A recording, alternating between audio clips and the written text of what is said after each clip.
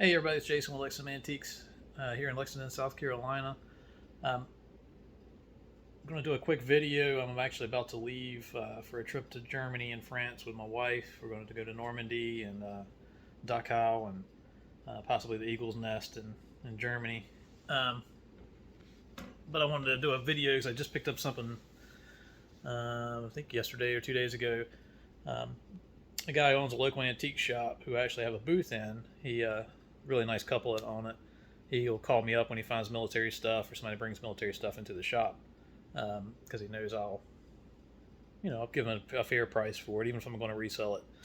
Um, but a World War II veteran's, I believe it's his granddaughter, was cleaning out their estate, I guess, and found some items in the attic or in storage somewhere in the house.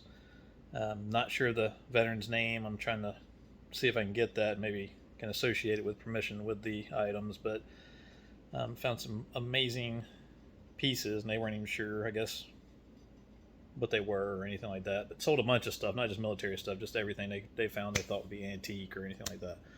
And it's all in this blue tub right here. We can go through it real quick. I think you'll probably be surprised, like I was, at some of the items. There's one piece I'm still not really completely sure on as far as value or rarity, but I've never seen one. So, well, let's take a look. All right, again, here's all the pieces that they were shown to me. They brought a bunch of other stuff in too, but let me move this out of the way and we'll take a quick look-see. I'll start with the piece that is really super cool, and it is this German Luftwaffe dagger. It still has the hanger.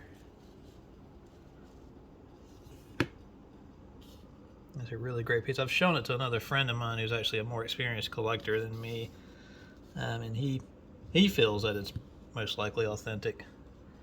But again, some of you watching might be able to steer me in the right direction on this piece.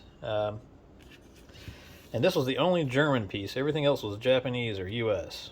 in the piece. I don't know how the veteran got this, if it was a friend brought it back, or if he got it later in life, but really great, intact, complete dagger. Let me see if I can unsheath it real quick. Hold on a second.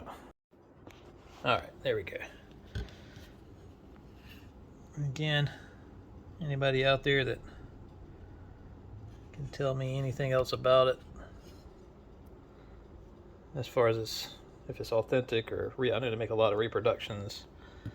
I have a feeling it's authentic just from coming from the veterans estate and being in storage, but you never know. Let me grab a couple more pieces out. All right, so these are the items I believe most likely belong to the veteran himself. You've got the ammo belt, the mag belt here. This machete, it's kind of in rough shape. And I'm going to assume that this must have been his unit patches. I know the 77th. I'm right near Fort Jackson in South Carolina. I know they did some things out of here for World War II out of Fort Jackson. So I'm assuming that must have been his. I believe this is the 41st Infantry. I'm not sure if he was in either one of these, or he just got this patch separate or what, but I know they both did some work in the Pacific campaign, which will lead me into what probably the best pieces of this collection are in a second. But this bayonet M4 is in super great condition, and I've had a lot of M4s, but never one with the chromed like that. Still in great shape. I believe, if I remember right, this is an Imperial. Yeah, Imperial M4. Like I say, that condition is just amazing to me. I guess it's been just sitting in the attic or someplace for a while, but again, this all goes with the provenance of everything. But these next, really one piece I'm about to show you, I'm going to show you two more pieces, but one piece is very unique, and I want you guys' opinion on it for sure. So let's get those out. All right, before I get to the Japanese pieces, I did forget to show, this was in the bottom of the box as well. Great compass. Unfortunately, let me open it up and you can see the liquid is dried out and the paper is all torn and ripped up. So that's unfortunate. It's still a great piece that goes with everything else. I'm assuming was the World War II vets. But now I'm gonna grab those Japanese pieces. Alright, so this Type 99 bayonet is in really good shape. It's not necessarily a rare piece or anything crazy. I think I have two more actually currently not in as good shape. If I can get that into light at all, but there's really not a lot of damage or scrapes or anything to it. The maker's mark. But this piece, I believe, I've never seen it. I had to look it up. I'm pretty sure it would go with the rifle. This is just the case. See if I can open this up one-handed. But it is a, there we go, a scope for a Type 99 Japanese rifle, which is, as far as I can tell, not a very common piece. I could be wrong. I don't have a lot of knowledge on the Type 99, but from what I've seen from unlimited research, is a very unique piece. Let me see if I can get in here and show you. The glass is still intact. Let's see if we can get the... you're not really going to be able to see. It's got a little bit of dirt. It needs to be cleaned up a little bit. There's a little bit of damage right there. But you can still fully see with the naked eye, not with the camera apparently, but the numbering and everything inside. Looking through the scope. So I'm assuming, and there's no way I could ever say this for sure, that the soldier possibly picked these up from the same Japanese soldier or rifle that was laying around or something. But it still has a case. Everything's intact on the case. Again, I've never seen one. Some of you out there just have more experience with this than me.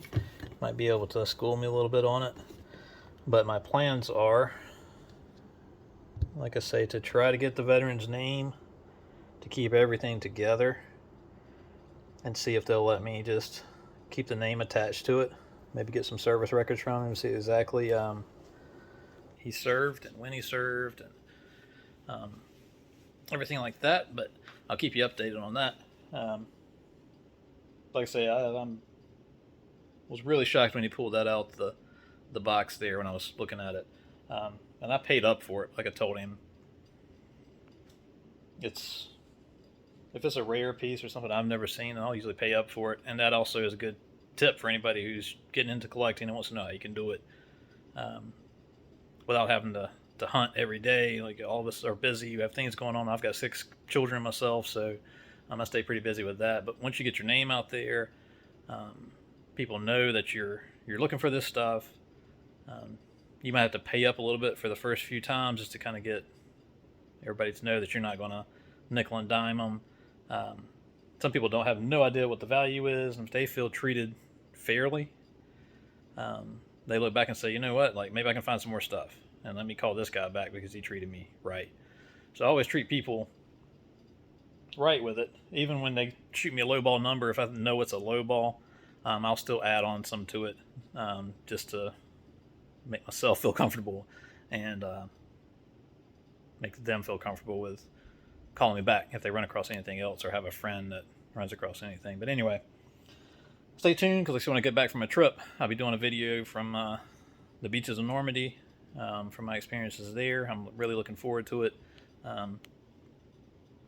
as well as Dachau and hopefully the Eagle's Nest. I'm not sure if we'll make it to the Eagle's Nest or not. But I'll do a video of that, maybe breaking into 2 videos, so you guys be stay tuned for that. And again, this isn't everything I have. This is just I found recently. I've got so much stuff that I'm actually storing it just to be able to make a video about it. So it might take me a little while to get across or to show everything, but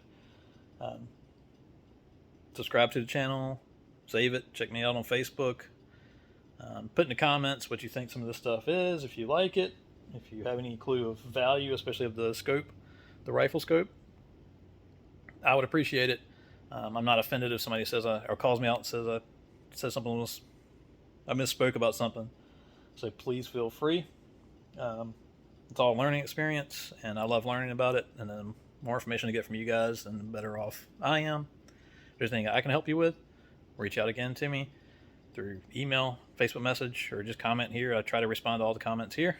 And again, have a great day.